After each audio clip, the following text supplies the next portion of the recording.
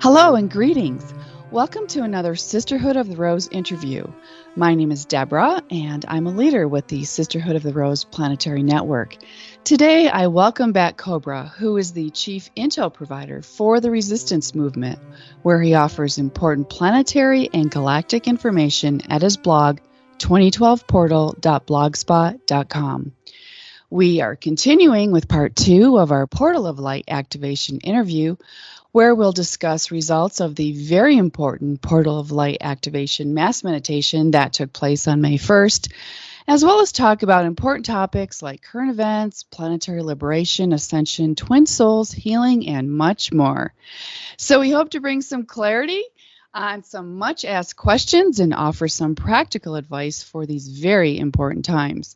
So welcome back, Cobra, and thank you for joining me again for this interview. Thank you for your invitation. Absolutely. So let us start by discussing some of the results and progress after the Portal of Light activation.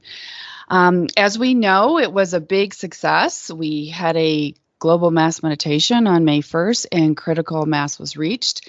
And we would like to thank everyone who participated and helped to promote it.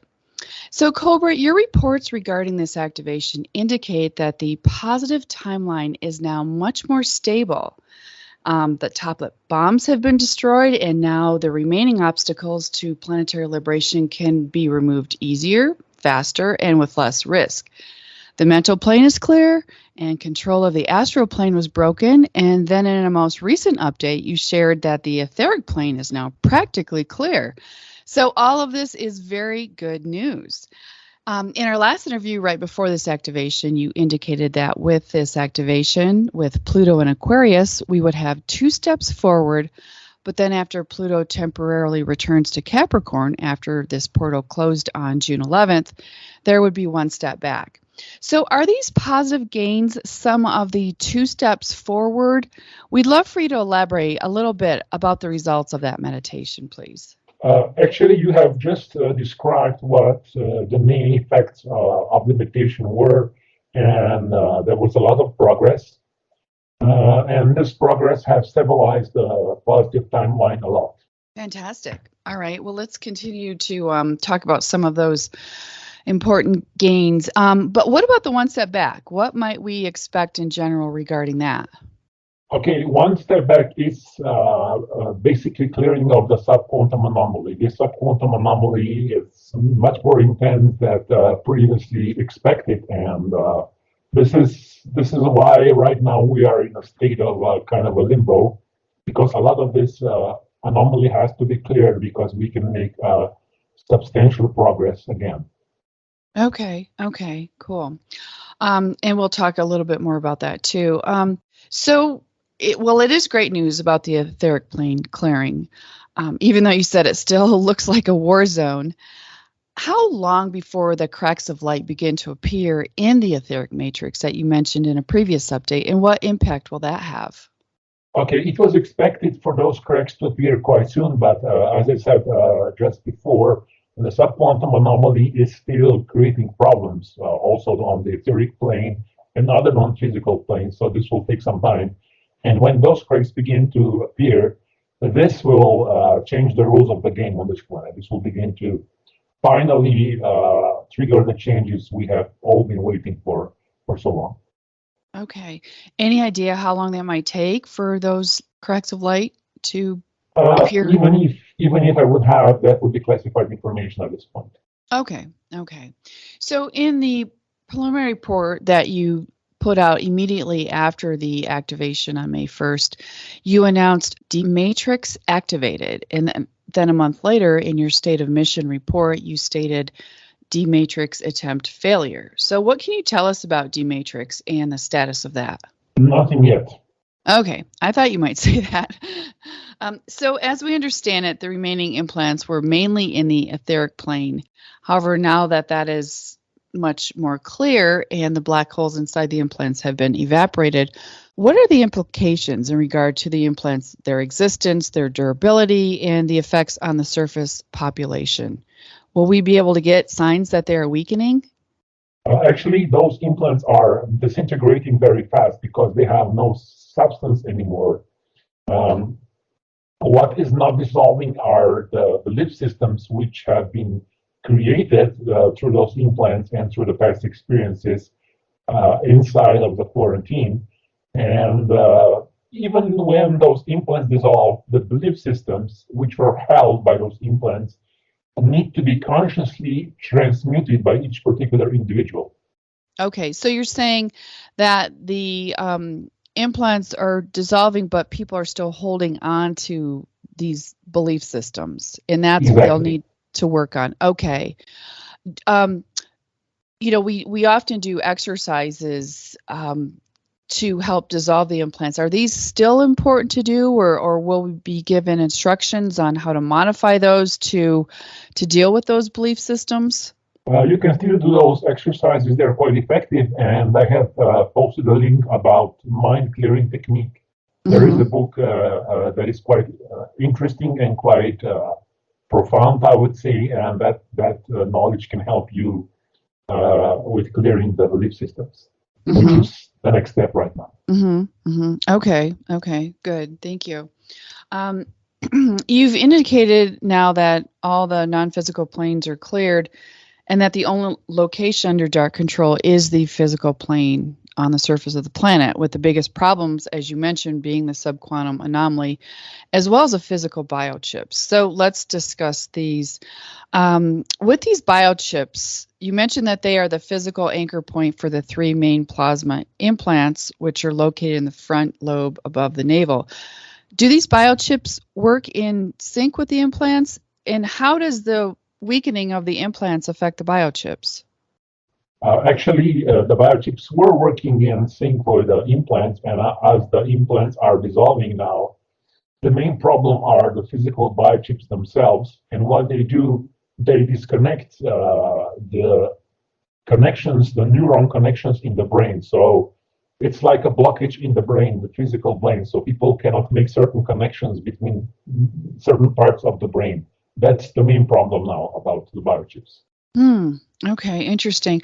I know you said they also are a main source of surveillance, since they can see and hear everything that we experience, and then that information is then communicated to the mainframe DARPA computer.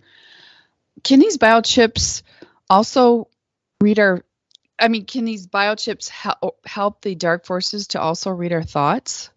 To a certain degree, yes, they can. If you're not trained in clouding your thoughts, I would say with most people, they can, to a certain degree, read human thoughts. Okay. Yeah, most people don't consciously think their thoughts, right? So that's interesting. While I'm on this topic, what about the light forces? Can they see and hear everything we experience, and can they also read our thoughts? They can if you give permission, and if it is beneficial for your protection or for your growth. Okay. Is there a way that's best to communicate with the light forces? Is that by talking to them out loud or talking to them in our mind? It is maybe better to talk in your mind, because then the dark forces cannot spy on this so much. So it's easier and better to just do it mentally. Right. At this point. What about with the protocols, the command protocols that we were given from the Pleiadians? Because that, as we understand it, we say out loud. Is that still okay to do? Yeah, that's a different thing, because with those protocols, you are actually opening a channel for manifestation process. Okay, great. Thanks for that clarity. You've mentioned that other races, like the Resistance, the Pleiadians, Sirians, Actuarians, and the Positive Andromedans, they've become free of biochips by completely mastering physical etheric body transfer. So what is a physical etheric body transfer, and are the light forces using this technology to clear our biochips? This is a certain advanced teleportation technology which can basically teleport or transfer your physical body completely to the etheric plane, remodel and harmonize it there, and put it back onto the physical plane. And with this process, they can clear the biochips. Unfortunately, this technology is not working yet on the surface of the planet because of the subquantum anomaly. Okay. Well, we hope there's some gains made on that. soon. As you mentioned, you did offer on your blog a mind clearing technique that can reduce the power of these biochips on the human thinking process. Did you say this also works on the subquantum anomaly? Because this, as you indicate, is the main source of negative experiences and feelings due to the presence of dark entities. Or is there anything else you can suggest to help us reduce its power over us? At this point, the light forces are still developing technology and protocols to counteract the subquantum anomaly. That's quite much of a problem still.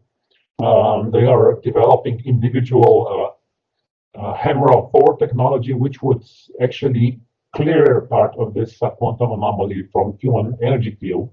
But this is still in progress. This has not been finalized yet. Okay. And I know you can't reveal too much regarding the subquantum anomaly for now. So unless you have anything further to share about it, we can refrain from discussing it too much today. But there's a question about how the subquantum anomaly blocks the flow of light from the Buddhic plane to the planet. Can you tell us how much effect does doing Buddhic column meditations for various places and people around the planet help this blockage? If you actually manage to make a contact with the Buddhic plane through those meditations, that can help a lot. Okay. So even a small fragment of genuine Buddhic presence inside of a quarantine clears a lot of this anomaly. So this is a very good thing to do. And I would strongly recommend doing those Buddhic calm meditations as much as you feel guided. Okay, good. Should they be done just in general for like the planet in general, or are there specific recommended areas that we should put our attention on when we do a Buddha column? You can do it for yourself, for your loved ones, for the light workers, for certain areas. Right now, it will be good to do it for Ukraine because there is a huge conflict there. Many people are in extremely, I would say, negative and stressful environment, a lot of violence, and Buddhic energy over that area would help a lot. Okay, wonderful. Thank you for sharing that. I'm sure a lot of light workers will get on that right away. So thank you for that. And for now, you indicate the focus in the next few months will be on clearing the subquantum anomaly and the biochips. Does this mean that the subquantum anomaly and the biochips could potentially be removed by this fall?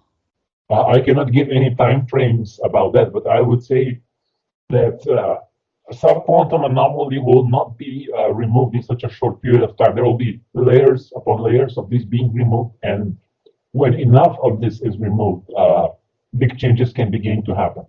Okay. Because as long as this universe exists, there will always be a small, tiny fraction of subquantum anomaly still present. We just need to decrease it to the point where we can start manifesting big changes. Okay. Do both the biochips and the subquantum anomaly have to be cleared in order for the event to happen? As I said, for the subquantum anomaly, no, it has to be cleared to a certain degree, but the biochips, I would say it's almost the condition they need to be cleared. There are certain extreme circumstances where the event could happen, even if the biochips are not cleared. I would not go into that right now. Okay. Regarding the biochips, you indicated that most of humanity received them from vaccination campaigns from the late 1940s to the early 2000s, as well as through soft drinks. So for people who have never vaccinated or consumed soft drinks, how does their life experience differ from those that have? Okay, many of those people have been targeted in other ways because when the dark forces realized there is a certain tiny percentage of people who are not vaccinated, they tried to reach them in other ways. For example, through certain foods, through certain other means. But yes, there is a small, tiny percentage of people who do not have biochips, and most of them live in Africa, and they are, I would say, completely off the grid. They have a different life perspective for sure. Yeah, obviously. Can we assume that some people have more biochips than others? And if so, how does this impact them? I mean, for instance, are biochips embedded more in asleep people versus awakened people? And can they be passed from person to person? I would say that the most powerful light workers have received stronger biochips because the dark forces wanted to control them more. And I would say that most of the regular population have just, I would say, generic basic biochips. Okay, but light workers may have stronger ones. Wow. Okay. Well, hopefully the light forcers are putting extra attention on the light workers and clearing those within us. And what about, can they be passed from person to person? No, no. Okay. Okay. Um, let's focus a little bit and talk more about the situation on the physical plane. In the past, you've said that much of the interactions between the dark forces and the light forces were on the non-physical planes. So really most of the surface population have not had any idea of what's going on. But now that the only location under dark control is the physical plane on the surface, does this mean that we'll see more visible manifestations of these interactions? And if so, what will that look like? Actually, you can see that already, and I would say end-time madness is a manifestation of this. Political polarization, threats of nuclear war, all that is a manifestation of the physical clearing. Okay. Okay. Recently you shared that from September, October, things may begin to get more interesting. Would you elaborate what more interesting may entail or look like? I cannot talk about yet. I may talk about that as we get closer to the time frame, or maybe not, because this is still sensitive. Okay. Yeah, that's a question a lot of people had. So, in that update, you also made an educated guess for the event to happen during 2025. So, with the dark forces panicking and their agenda accelerated, much can happen between now and then. And all these unknowns do cause much anxiety for people, especially awakened light workers who are trying really hard to hold the light. So I know that such situations fluctuate, but would you please speak about what we may expect during this time period before the event as things currently stand, both short-term and long-term? For instance, will the cabal continue to lose power and will conditions improve, or will they increasingly tighten their grip and make matters temporarily worse? Like, what will the surface population find easier and what will they find harder? Actually, both will happen at the same time. As we get closer to the breakthrough, the dark forces will panic more and more. They will escalate more and more. And as the light gets closer, that will escalate also. So we will have, I would say, bigger volatility, more oscillations, more polarization. We will have quite intense moments. It is impossible to predict exactly how this will play out because there is much free will involved still. And it has not been determined yet how exactly the situations will play out. So in a way, things will be getting harder. In a way, things will be getting easier. But when you really get very close to the breakthrough itself, then things will finally begin to improve. Okay. Okay. Well, that right there sounds like the more interesting could happen. So, you stated that the portal of light activation has removed most of the dark scenarios, with only two still remaining: global conventional war and a hard financial crash with CBDC's implementation. So while it's encouraging to hear that most dark agendas won't happen, both of these remaining possibilities are significant situations that could cause much chaos and hardship on the planet. And so we understand that with the success of our portal of light activation meditation on May 1st, it helped to reduce these scenarios. So world war was reduced from 33% to 27%, and a hard financial crash went from 37% to the possibility of 32%. So this interview comes out approximately 2 months later, and things have been progressing quickly. So have these percentages improved at all since then? I would say there was a slight improvement for the hard financial crash. Maybe it went down to 30%, but otherwise, it's almost the same. Okay. Okay. Well, let's talk about that financial situation. You recently stated that the cabal is pushing hard for the implementation of the CBDCs. And as people are becoming aware, this is not just about using digital currency. It's really about full surveillance and control over our lives, as Ben Fulford calls it, a digital prison. So these could potentially restrict access to our money, food, travel, and mandate things like forced medical treatments, etc., for anyone who doesn't comply with this imposed agenda. So in our last interview, you indicated that in the long run, the CBDC system will not be successful. But what could happen in the short run before the event can happen? There might be attempts to implement this similarly to the attempts that happened during the pandemic to create this digital prison. So there might be attempts like this. With a hard financial crash, that could go quite far. And if the light forces manage to, I would say, change the situation, I will not discuss how. But if they manage to change the situation, this digital prison will not go so far. So this is still up in the air. It's not possible to predict exactly how far this will go. Okay. Is that the surprise that you were talking about in our last interview, that if the dark forces engineered this hard financial crash, the light forces could potentially create a surprise? Oh yes, they have a surprise. Right. But you can't tell us anything about it yet. No, not yet. Okay. If it happens, you will see it. If it doesn't happen, you will not see it. Right. Does this have anything to do with Dreamland, which is now so close to version 1.0, or even Dreamspace? I know last time we talked, you couldn't discuss it. It was classified. Is it still classified? Again, it is still classified, and if it gets declassified, probably you will have some really direct experience about it. Okay. We look forward to that. So if these restrictions do occur, or even hyperinflation, is it advisable to stock up on supplies that may be needed over the next year or so until the event can occur? You need to use your own inner guidance about that. Okay. And last time we talked about with the potential financial crash, you advised to buy some precious metals such as silver and gold. Is one of the reasons, in case someone is restricted from buying food and necessities due to their digital passport being declined if they don't comply? Actually, by buying silver and gold, you are creating an alternative system which cannot be controlled. An alternative system. Oh, that's interesting. Okay. So we're sort of supporting that concept. That's interesting. Yeah, exactly. Okay. What would happen to people's debt in a digital currency system, and when might be the earliest a debt jubilee could occur? Okay, this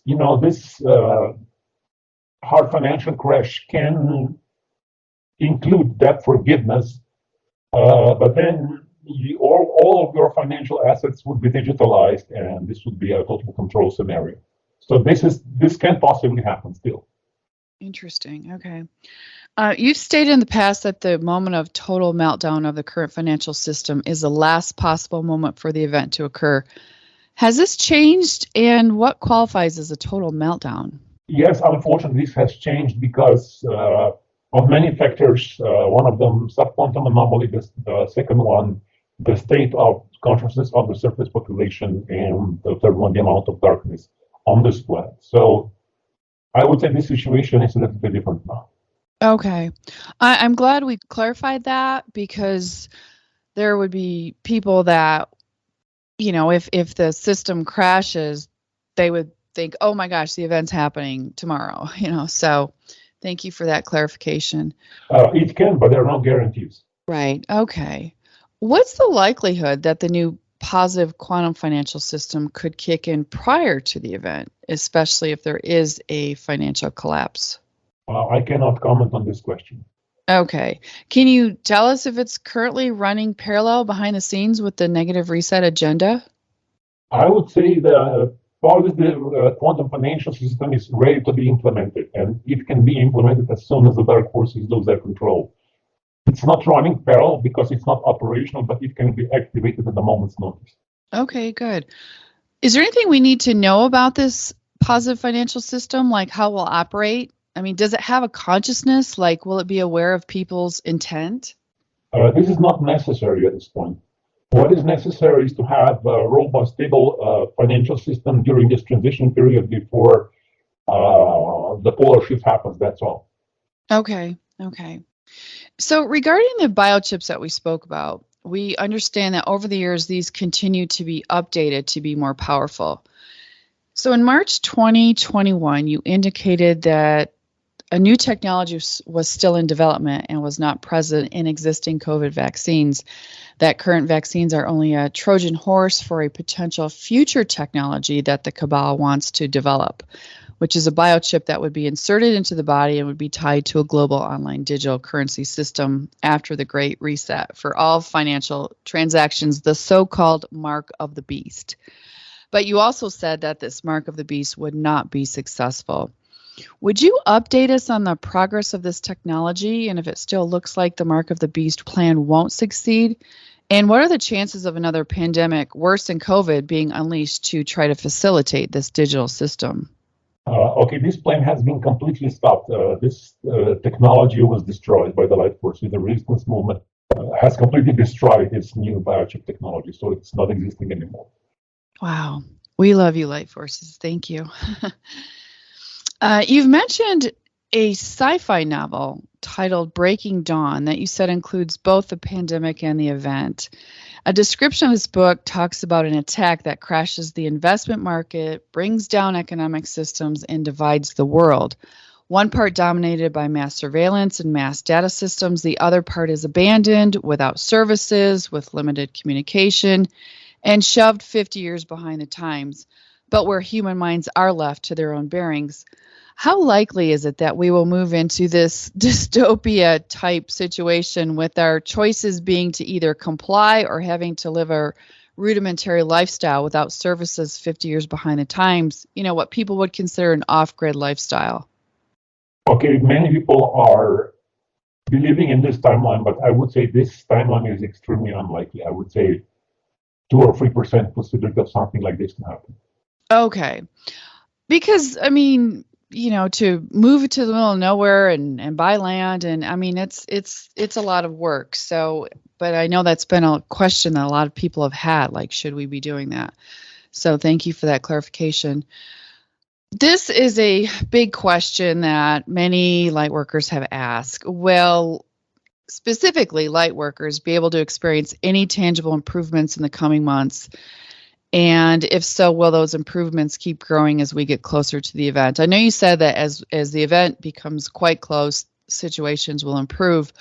But what about before then? Will there be, many light workers are experiencing financial hardship and health issues. So as I mentioned, this was a very popular question.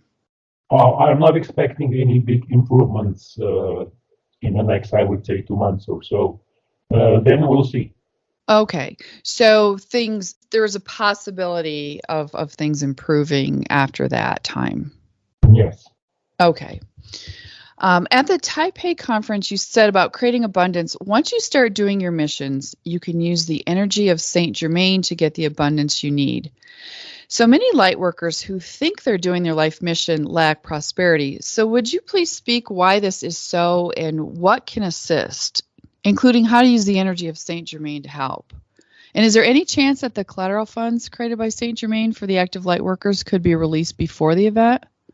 Okay, I would say that light workers have a lot of things to process inside. The state of consciousness of light workers is not as good as it was expected. There is a lot of inner work that needs to be done. And after that inner work is done, then the light workers can have a channel strong enough and pure enough to manifest abundance. So inner work is number one at this point. Okay. And a little later in the interview, we're going to talk about some of that healing and inner work too. And about the collateral funds, it's extremely unlikely this will be released before the event. Okay. Thank you for clarifying that. So in addition to the biochips monitoring us, we understand that the physical plane is further monitored and mind controlled through scalar network created with cell phone towers, cell phones themselves, and Wi-Fi networks.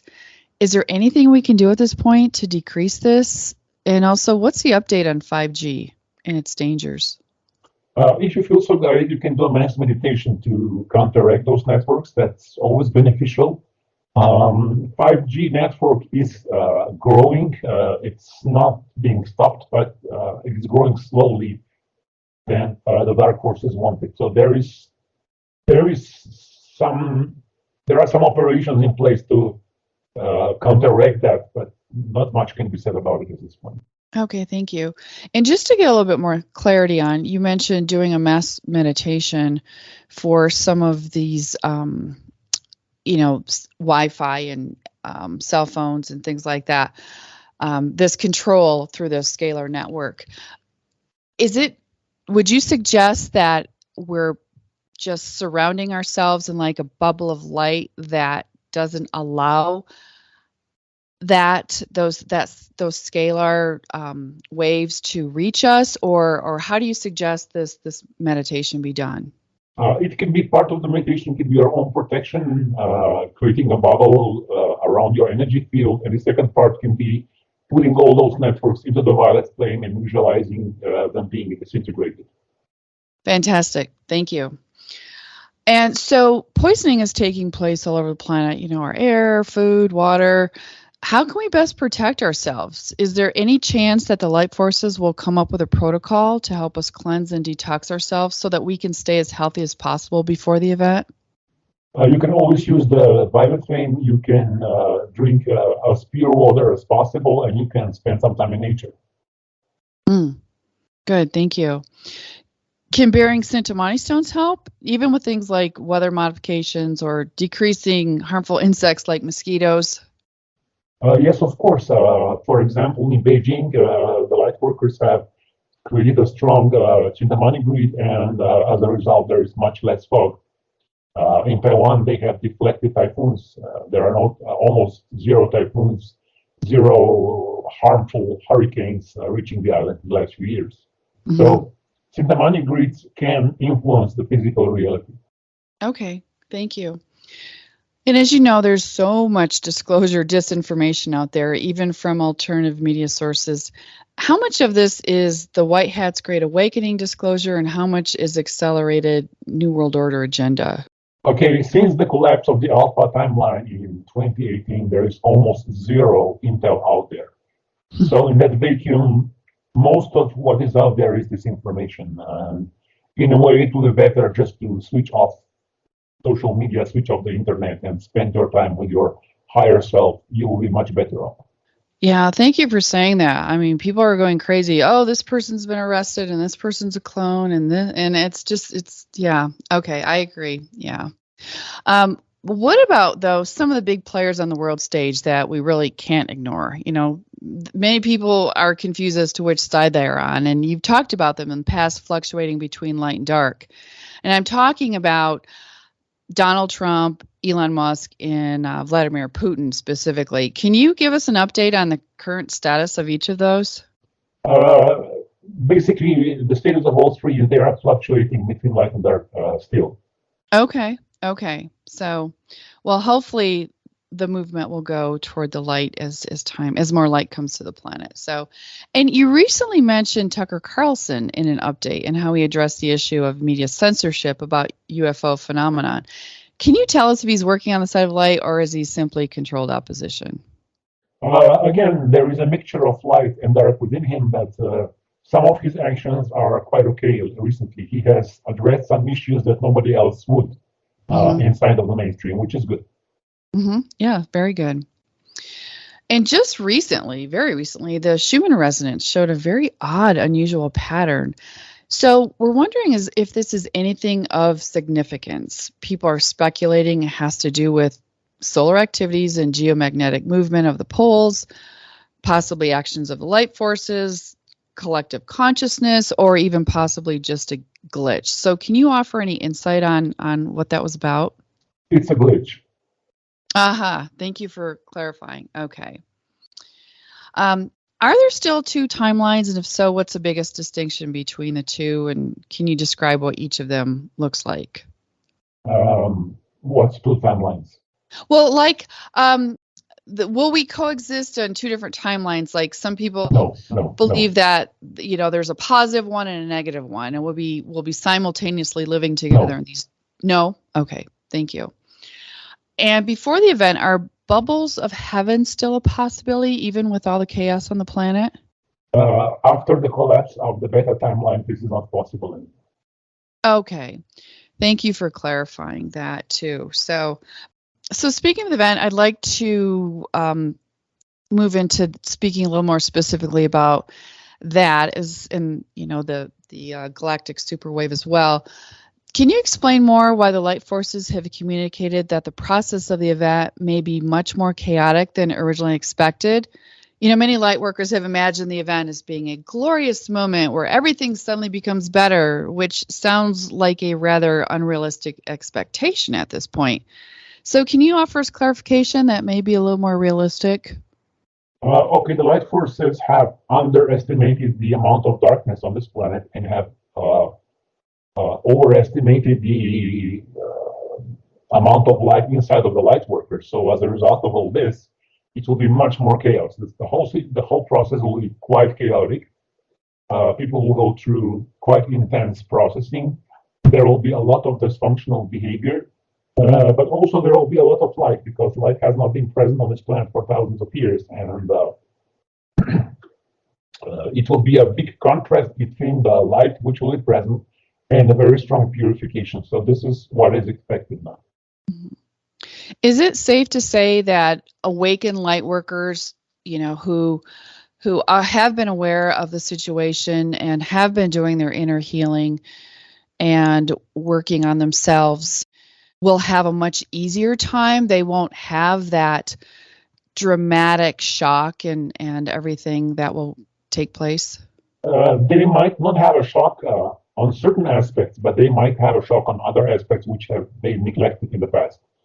Okay. I would say there are almost zero light workers on the surface of the planet which are ready at this point completely. And they will still need to go through their inner process. They will still need to face everything inside, and it will be, in a way, very beneficial, very healing, but also quite challenging. Okay. Because I think many think that they'll breeze through it and they'll be helping people and having a calm head but you're saying they may be experiencing their own stuff, at least for a while initially. Yes. Okay.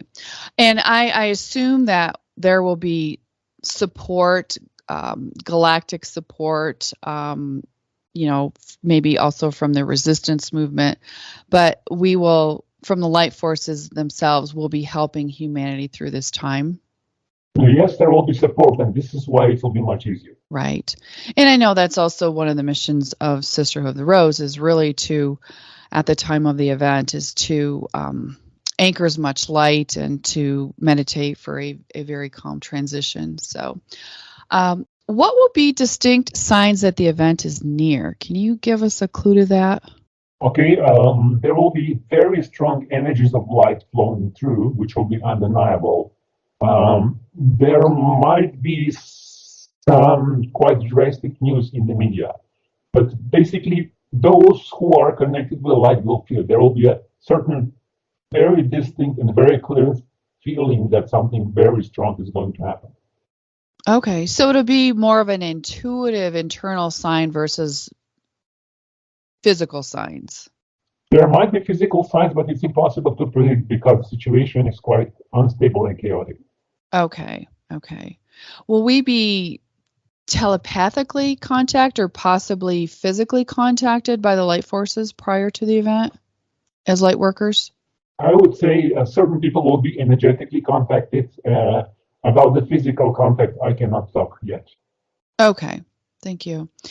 Regarding the graph that you posted showing the increased entropy of the surface society intersecting with the decreased entropy of the event, how extensive will the entropy on the surface of the planet have to go before this intersection point can occur? Okay, this is the question everybody has. This is the question the light forces have. This is the question I have, and this is the question some people have. Nobody knows. I'm laughing because, I had a lot of people submit something like that, like, how bad will it get? So, okay, thank you. Let's see. In a recent update, you did offer some clarification on the timing of the event and the chronological order of things. So we do thank you very much for this, since there's been so much confusion regarding this timeline and chronological order. But I'd like to go a little deeper into a little further clarification. So you speculated the event happening during 2025 with the process of mass arrest, financial reset, intel release, etc., taking a week or two.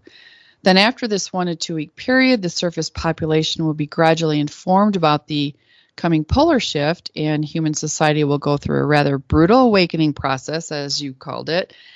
And this is when the islands of light will be created, and they will be really the only peaceful zones on the planet. You indicated this is expected to take a few months, and then the galactic superwave that triggers the polar shift hits the planet. So initially, we were expecting several years between the event and the polar shift, but now it appears that the time frame to be very short, like only a few months. So in the past, you've talked about a convergence point of many cycles that will erase darkness from this universe taking place in 2025. Can you speak more about the significance of 2025 and the convergence of these cycles? Can you be more specific? What do you want to know? Well, basically, so many people are talking about 2025 and why 2025. And you seemed quite clear. You made your educated guess that the event and potentially the galactic superwave would happen in 2025. So why 2025? Okay, as I said many times on my blog, it's a convergence of quite strong cosmic cycles. There is the Sirius cycle, there is the Neptune-Uranus-Pluto cycle, there are other cycles taking place, and all those converge in 2025. So this is a very strong marker, and the energies coming will be extremely strong. So this is the marker we are waiting for. Okay, thank you. So it's very much centered around astrological alignments and such. Okay. Is there a chance that the event could not happen until after 25 or even much later than 2025, or is it quite certain it would happen before 2025 passes? I would not speculate on the time frames. Okay. And I'm going to just ask the same thing about the polar shift. Is there a chance it could happen much later? Or even let me ask you, is there a possibility that the cleansing of the planet caused by the polar shift, such as this mile-high tsunami and major earthquakes, is it possible it will not need to happen, that planet Earth and humanity can cleanse and evolve without this dramatic shift? No, this is not possible. It will have to happen. There is no way this civilization can be transformed without the polar shift and the tsunami. It's not possible. Okay. Thank you for clarifying that. Does our behavior after the event affect the timing of the pole shift? And is there any benefit to speeding it up or slowing it down? I would say just use your inner guidance, connect with the light as much as you can, and don't worry about everything else. Things will proceed as they proceed. It's not beneficial to artificially speed up or slow down the whole process. Mm-hmm. Mm-hmm. Okay. So to clarify, are both the event and the polar shift triggered by galactic pulses or solar flashes, with the second one, the one that triggers the tsunami, being referenced as a galactic superwave? That's just a bigger one than the first, correct? Yeah, exactly. Okay. Does the 3 days of darkness refer to what will happen at the time of the galactic superwave? Or if not, what does it refer to? 3 days of darkness refer to a certain phase of the micronova process when the star, which goes through a micronova phase, drastically drops the visible light visibility, and it appears to be dark for a few days. So this is just before the solar flash happens. The sun appears to be dark, appears almost not to shine, and then the sudden flash happens. So this is referring to that particular phase of the micronova process.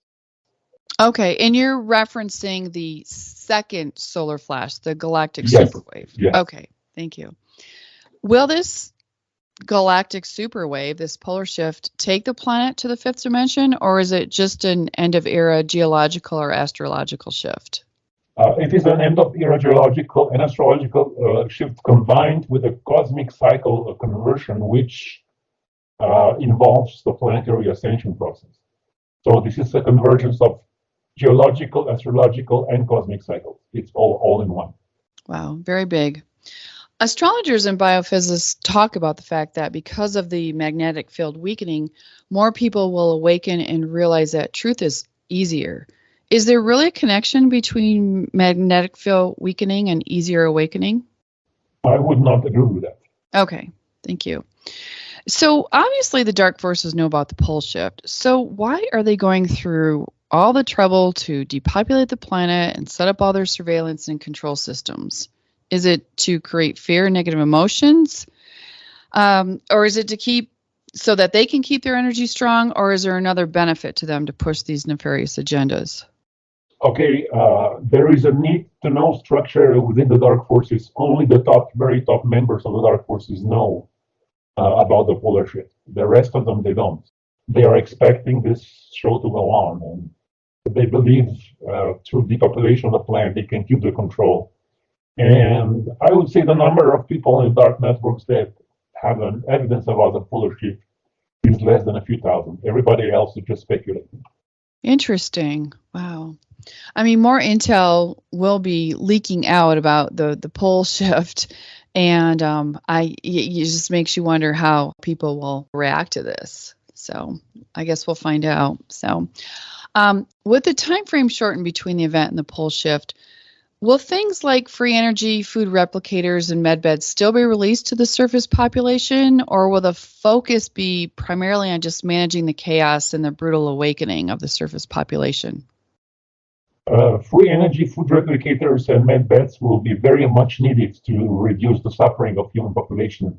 So they will be distributed as fast as possible after the event. Fantastic. And also with the time frame shortened, how likely would first contact occur? In the past, it was speculated it would be about a year after the event, but could it now happen shortly after the event or possibly even before? Okay, the light forces are now leaning towards making the first contact as soon as possible after the event. I would say as soon as the surface population can process much of the fact this can happen. There might be incidences or individuals contacted even before, and there are certain plans to push that even sooner. So I would say that many groups have an interest to make this first contact happen as soon as possible. Mm-hmm. Okay, good. Thank you. So let's talk about the islands of light that'll be created by the Pleiadians on the planet after the event. How will it be determined who can go to these prior to the pole shift, and how many inhabitants could they host at that time? Okay, islands of light will be surrounded by certain vibrational technology, and if you're able to sustain that particular frequency without harm to your body or energy field, you'll be able to go there. Okay, interesting. So basically, it's about raising your vibration and doing your inner work, right? Yes, and this will be small communities. This will not be a lot of people. This will be just for those who are ready. Can you give us an approximate number when you say small? I would say, planetary speaking, it's not easy to predict because we don't know how the status of awakening will be, but I can guess a few tens of thousands of people throughout the whole planet. Okay. And will there be multiple islands of light or one central location? They will be growing organically as the consciousness awakens. Okay. Okay. Will these people living in the islands of light still have interactions with the rest of humanity? I mean, will they be still involved and play a role in helping society transition after the event and to prepare for the polar shift? And will they be able to take their loved ones with them? Some of those people will be in contact with the outer world. Some of them will anchor images inside of the islands of light, and they will only be able to take their loved ones inside of the island of light if those people will again be ready to sustain that vibration. Oh, interesting. Okay. And from the islands of light, if they are interacting with the human society, will they be playing a role at that point in helping people prepare and transition? Yes, of course. Okay. In 2019, you wrote, this mile-high tsunami wave will effectively purge from the surface of the planet all impurities that still need to be purged. Needless to say, all islands of light and all areas of light will be completely unaffected by the tsunami wave, as they will be protected with advanced technologies given to us by positive races after the event. So will these people witness the cleansing of the planet as well as be able to return after it's safe to build the new Earth? And any idea how long that would be? They will be able to witness the cleansing of the planet. They might be teleported on the ships, or they might stay inside of the domes of the islands of light for the time of the tsunami wave. And they will be able to return very soon and build a new Earth. And I assume that at that point there will be much support from the light forces in terms of technology to do that, because Yes, obviously there won't be anything left on the planet. Oh, yes, of course. At that point, the light forces, the fleet, Confederation fleet, the fleet, and fleet will be quite active. Okay, good. So as we understand, the majority of people will not be in the islands of light, as you said, before the pole shift, but those that are ready will have the opportunity to be evacuated from the planet by the light forces to their large motherships, and then will be transferred to a planet similar to Earth in the Pleiades. What does it mean to be ready for evacuation, and what will happen to those who are not ready to be evacuated? It means that you are willing to go. It means that you are not afraid. There is a lot of fear, a lot of programming among the so-called light workers about the evacuation process, which has been done in the last few decades. And people who are afraid will not be lifted. And if they are hit by a super wave, of course, they will have to leave their physical body behind. And then they will be evacuated without a physical body. Okay.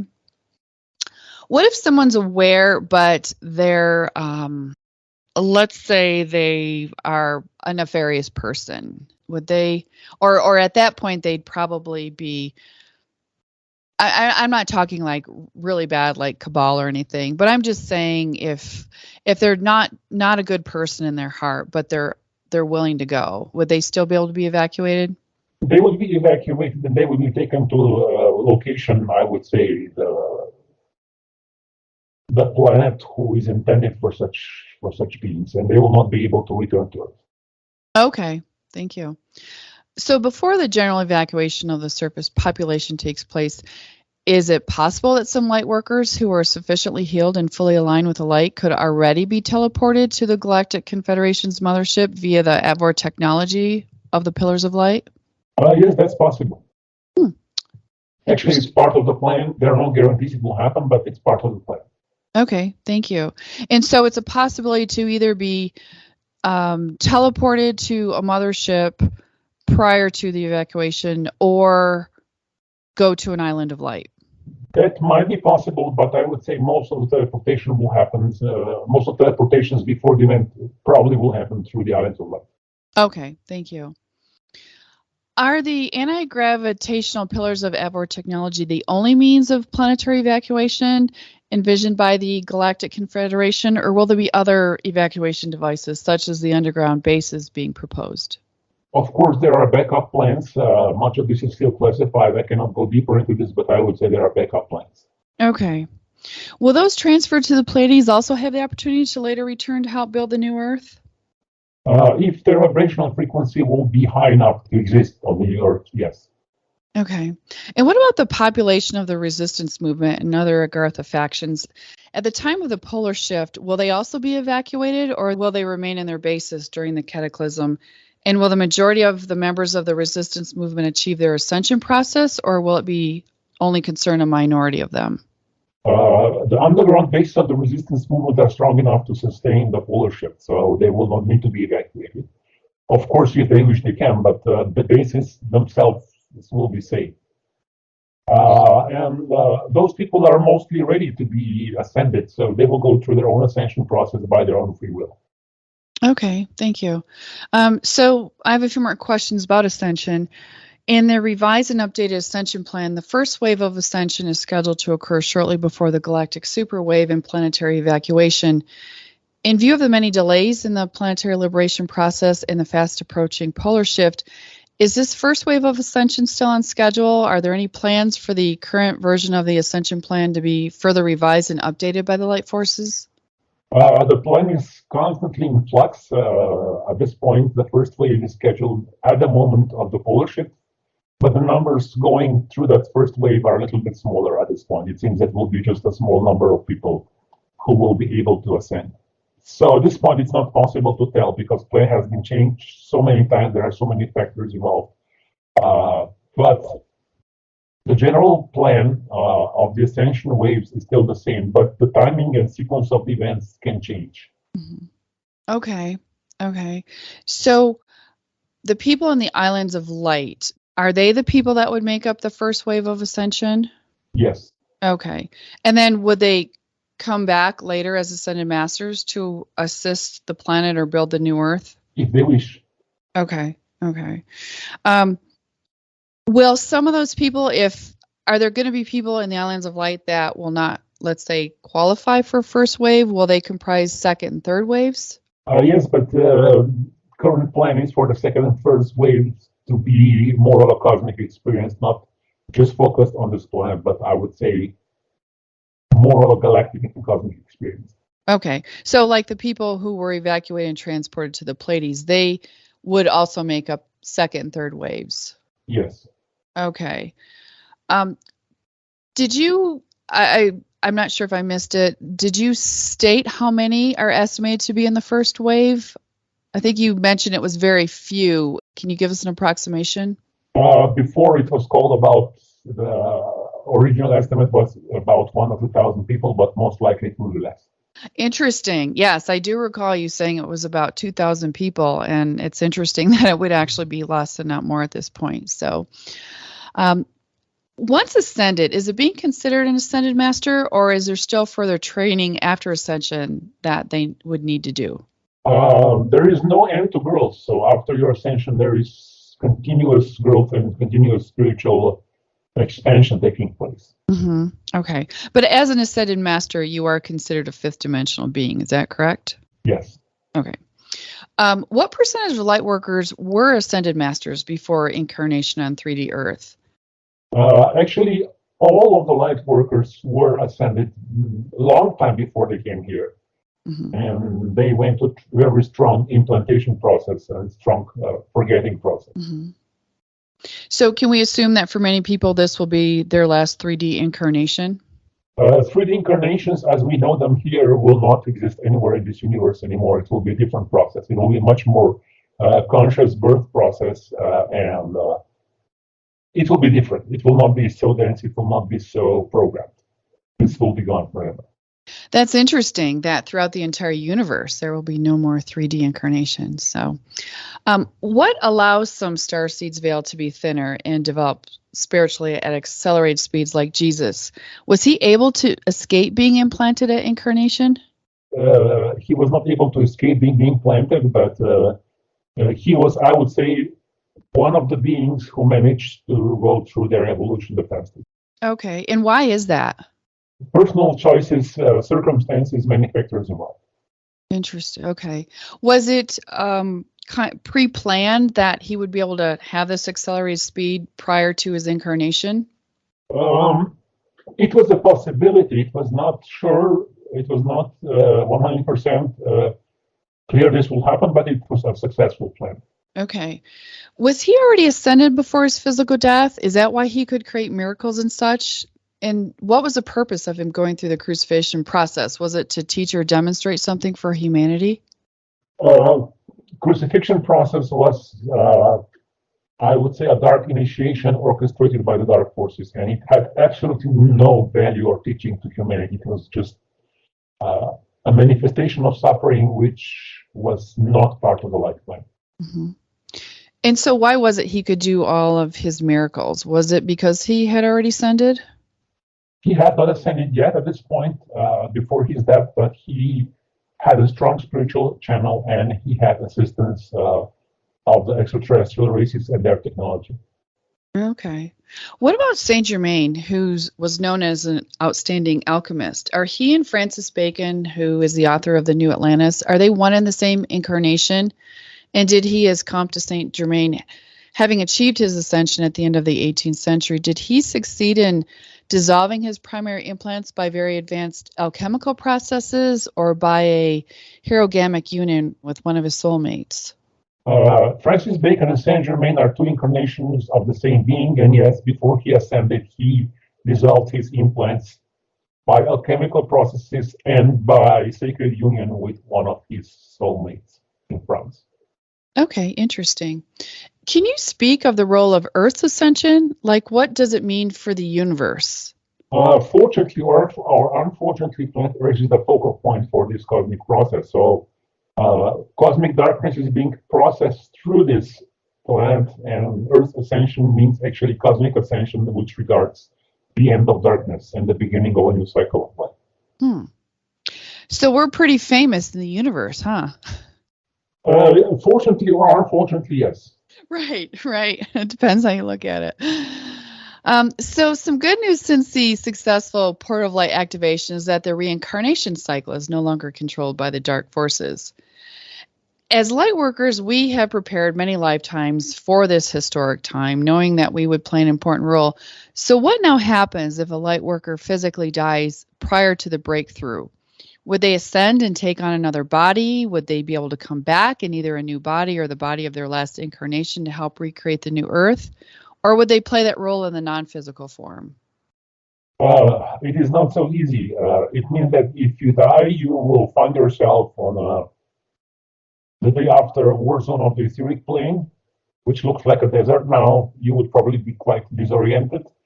If you're lucky, you would get connection with your spiritual guides. If you're not, there are still some reptilian entities there. So it's not yet heaven there. And you would need to rely to your own inner connection with your own spiritual connection to get to higher planes and then decide either to take a new body or stay there. But at this point, it is much easier to stay in the physical body because this accelerates the process the most, and it's going to be quite interesting. And I don't think we have been going through this just to end it. I think we have been going through this to have finally the big reward we all deserve. So we have to stay here, go through this, and then receive the final reward on the physical plane in this incarnation. Completely agree. Are the light forces helping us in this way in terms of keeping us protected, because many active light workers are targeted and such? Do the light forces, are we on their radar, and are they protecting us in that way to help keep us safe so that we can be here for the big event? Yes, they protect us as much as they can. Yes, of course. Okay. With this reincarnation cycle not controlled anymore, will it now be possible to incarnate with a twin soul and soul families? Theoretically, yes. If somebody is right now on the etheric plane together with his twin soul, they could both theoretically incarnate at the same time in the same area. That would be possible. Okay. I'd like to talk to you a little bit about soul families and twin souls. Many are feeling called to find their tribe, their soul family. Are there specific things we can do to prepare for this?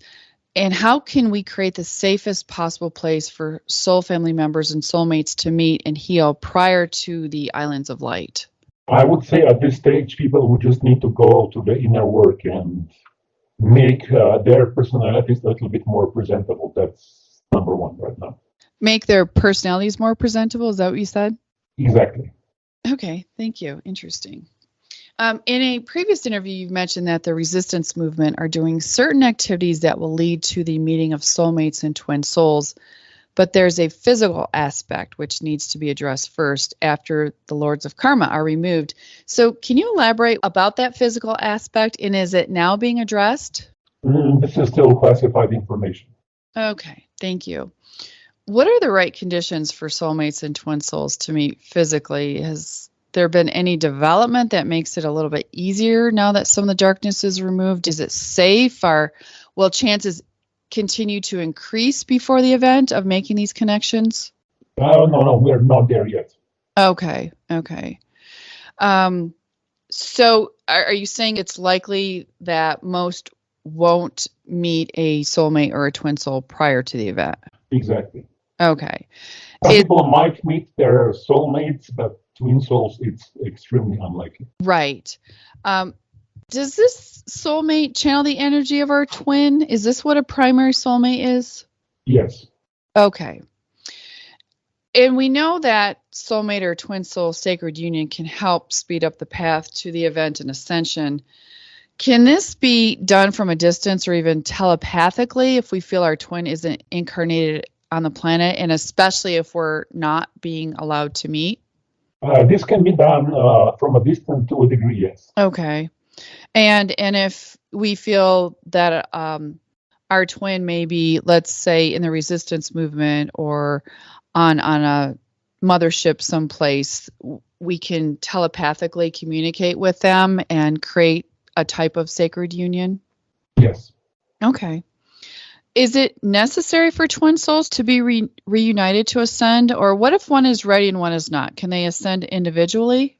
Actually, the very nature of ascension process will bring the twin souls together, and yes, it's possible for one of them to ascend before the other one. Okay. But I'm sure it happens quicker if they're united. Yes, of course. Okay. With the physical planes now clear, are conditions improving for romantic relationships?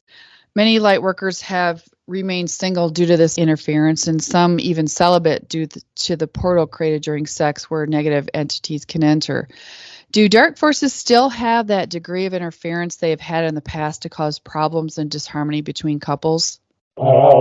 I would say the danger of entities during sex is much less because the etheric grid has been destroyed, the negativity grid has been destroyed. But for the heart connections to get better, there needs to be an influx of light, which is not happening yet. Mm-hmm.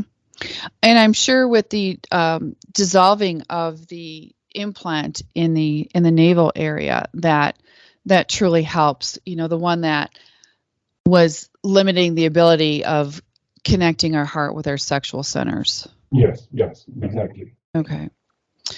In the context of a herogamic union between two soulmates or twin souls, can you explain the occult link between Kundalini, the androgynous energy of pure unity that culminates in orgasm, and spiritual regeneration? Until the light forces began to cleanse our implants, was the powerful androgynous energy of love the only one that could powerfully draw out and dissolve the primary implants, allowing access to our heart initiation in the advanced phases of the ascension process? Okay, this still remains the most effective and the most powerful way towards their heart initiation. This has not changed. Okay, thank you. How would you describe a Kundalini awakening? Is it sudden and obvious, or can it happen slowly and mildly over time? And is it necessary to have this experience to evolve or ascend? And what can we do to create this experience? Kundalini awakening is a natural occurrence that happens at some point during the ascension process. It's not the goal. It is actually something that happens along the path. And it is not advisable to force this. It will happen when you're ready. Okay. But considering that we are on an ascension path, it can happen at right now. We don't have to wait for the event or... Yes, it can happen any moment. Yes, thank you. Okay. Let's speak a little bit about the divine feminine and goddess energy in regard to some of this. How can we explore sensuality and sacred sexuality to anchor more divine feminine goddess energy? Can you share some ideas both for those with a partner and those without?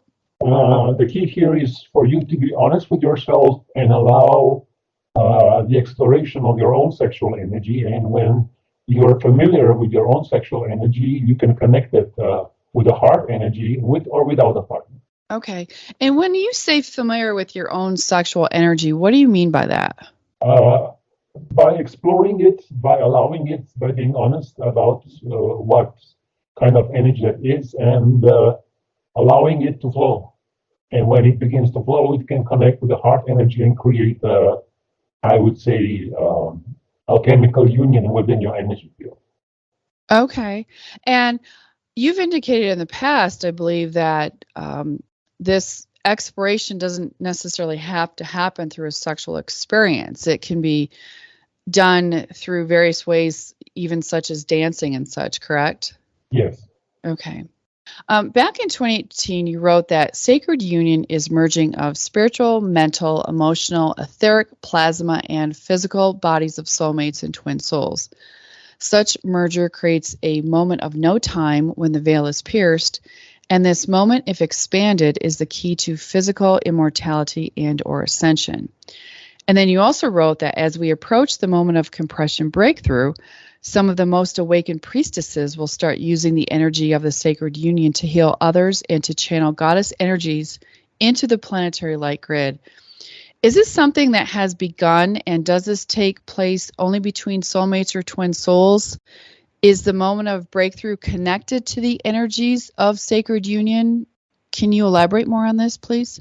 I would say that some beings were able to create those moments of sacred union that have created cracks in the veil, but it was much, much less than the light forces expected. So at some point in the future, when there is enough light present, this will expand, but we're not there yet. Okay, thank you.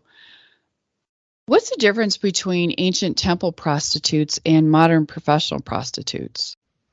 Actually, ancient temple prostitutes were not prostitutes in the modern sense of the word. They were women which were initiated into the goddess mysteries and were channeling sexual energy for healing, where you all know what modern professional prostitutes far from that it was hundreds and thousands of years ago. This energy has degenerated quite much, especially in the last few hundred years. Yes, absolutely. Thank you for clarifying that. You've said, speaking of these mystery teachings, you've said that after the event, the goddess mystery teachings will begin to be revealed. Is this to everyone or primarily those anchoring goddess energy? And is there any likelihood that anything would be revealed before the event? I would say some basic teachings will be open to everybody, and more advanced teachings will be for those who have an inclination and interest in anchoring the goddess energy. And it is very unlikely that much of this will happen before the event. Okay, thank you. Maybe just before the event, but I would say not much before the event. Okay. Is sacred union and sacred sexuality a primary topic of these teachings? And if so, why is that? It is one of the main topics, but not the only one. Okay. And in our last interview, prior to the portal of light activation, you indicated that there was very little goddess energy on the planet. Has there been a shift since then? I would say it's a little bit better, but not much better. Okay. Can we get an update on how the Goddess Temple project is going? And for those who don't have the resources to create a public temple, is a private temple in your own home still contributing goddess energy to the planet? There are a few goddess temples which have been created, so this is nice. And those who cannot create a public temple, a private temple is still better than nothing. Okay, thank you. How is it that temples are dedicated to either a goddess or to a god, but never to a goddess and a god together? Isn't the goal to bring back the harmony of the divine feminine and divine masculine? So why not create a temple linked to a divine couple to balance the two energies? That's actually a very good idea, and for those who have been able to balance those energies inside of themselves, that's an interesting task in the future. Mm-hmm. You currently indicated that there's not a high priestess on the planet. Will this happen before the event, after the event, at any point? Will this Earth, as we know it now, have a high priestess? This is classified information. Okay. What about a high priest? This is also classified information. Okay. Thank you. In the past, you've talked about female members of the Pleiadian fleet and the resistance movement that are positioned on an asteroid in the outer solar system, and they're there to relay goddess energy from the galactic central sun towards the Earth to assist in harmonizing humanity. Have these female lightworkers received reinforcements at all from the Galactic Federation of Light or other star systems? And have they expanded their bases of operations?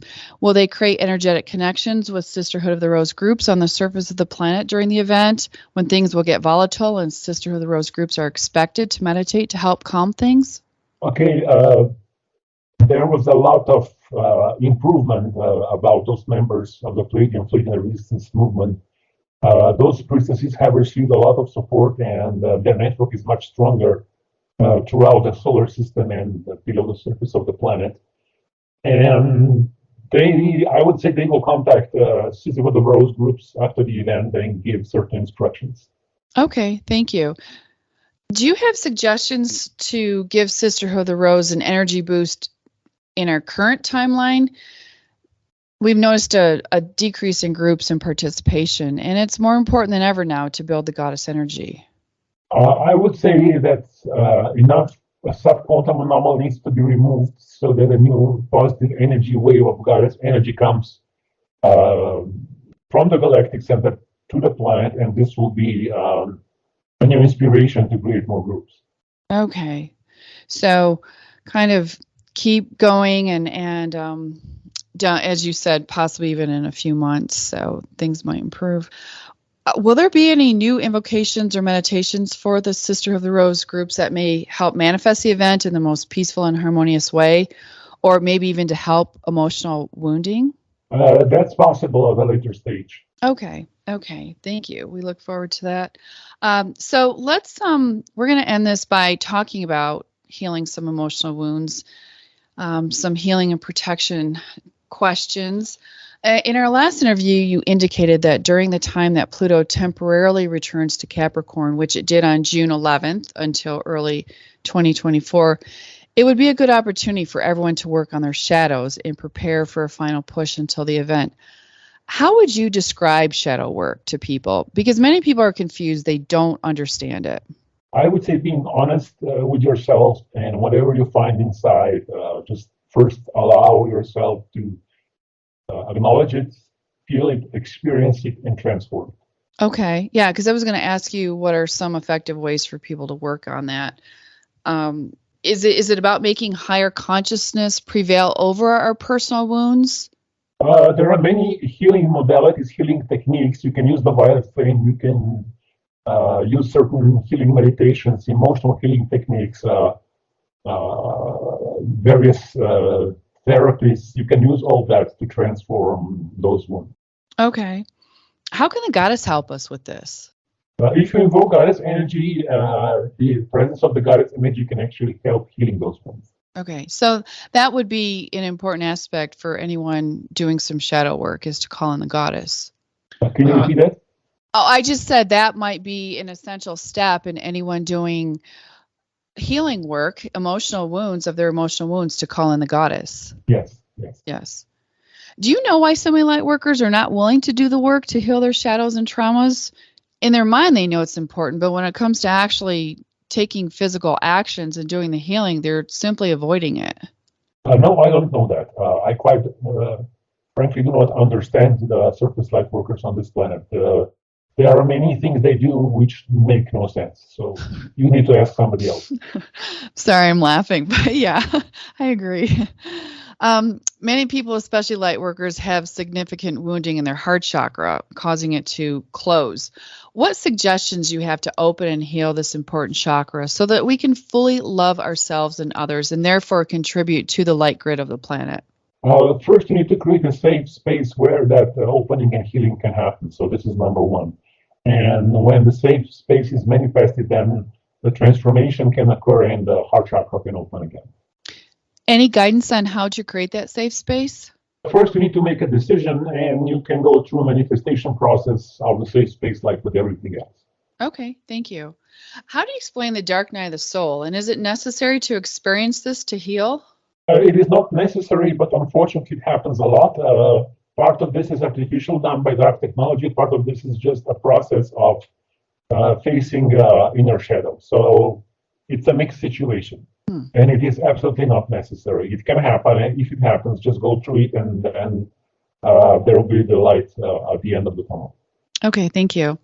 In your recent update, you mentioned that if someone raises their vibrational frequency too much, the physical biochips detect this and their vibration will then be lowered by physical and emotional repercussions. Yet our goal is to raise our vibration to heal ourselves and our planet. So what are we to do? Is there a safe zone? And how do most enlightened beings manage this? The key here is balance. So if you are raising your vibration, do it in a balanced way. And in this way, you will not create spikes and alarms in the dark network. You will just raise your vibration in harmony, and this is much less detectable. And when you say in balance, can you elaborate a little bit more about that? It means not being purely high. It means being, if you have a very high vibration, you can do it in a balanced way. Simply the key is balance. I see. Okay. Does having a strong connection with Source help with protection from this? Yes, of course. Okay. With the clearing of the non-physical planes, is it still recommended that we do protection for our non-physical bodies in addition to our physical self like we do in the protection protocol meditation? I mean, I imagine just by living in the matrix, our non-physical bodies still need to be cleared. Is that right? Yes, of course, basic clearing is still needed. Thank you. And with all the positive strides made after the portal of light activation, especially with the non-physical cleared, are the Pleiadian protocols more effective, like Command 1221 for support and Command 771 for healing? I would not say that the efficiency has increased a lot because there is still so much of this subquantum anomaly present. So I would say it's more or less the same. Kind of the same. Will there be additional protocols given to lightworkers to help us get through this time until the event, especially in regard to physical health and financial abundance? For financial abundance, I have given a lot of instructions in my conferences about the manifestation process. For the physical health, there is a protocol against the physical pain already, and there is a general protocol being developed right now, and when it's ready, it will be released. Okay, yes. We understand there's the chronic pain one for the Command PB Stardust, and but you're saying there's additional coming out? Yes. Okay, thank you. What else can you share with us about improvements in the situation? Such is the veil thinning, is telepathy increasing? Can the light forces hear us more clearly? Are attacks decreasing? Are there any improvements in those areas? There might be some smaller improvements, but bigger improvements will happen when this quantum anomaly is cleared to a degree. Okay. Really need to dissolve that subquantum anomaly. And what advice can you give the light worker community to heal the collective wounds so that they can work more harmonious together with less ego, less conflict, and less competition? Very simple. Use common sense. Agreed. Thank you. All right, Cobra. So we're closing here. And as always, we love for you to share any closing inspiration or advice that you have for the community. Sounds like we're coming into some more interesting times, and we would love to get some final words of inspiration from you. Okay, what is very important at this point is not to lose the higher perspective, because the higher perspective is the one that will lead us through this period into those interesting moments. And of course, the victory of the light. Victory of the light, absolutely. Cobra, thank you so much. I'd love to thank everyone at Sisterhood of the Rose for submitting questions, as well as the Victory of the Light teams and the Wheel of Mass Meditation teams. Appreciate all of you so much. And Cobra, we appreciate you so much in all the work that you're doing. We know this isn't easy for anyone, and I'm sure especially you. So we love you, we value you, and we appreciate your time today. So thank you so much. Thank you, everybody. All right. Victory of the light. Victory of the light.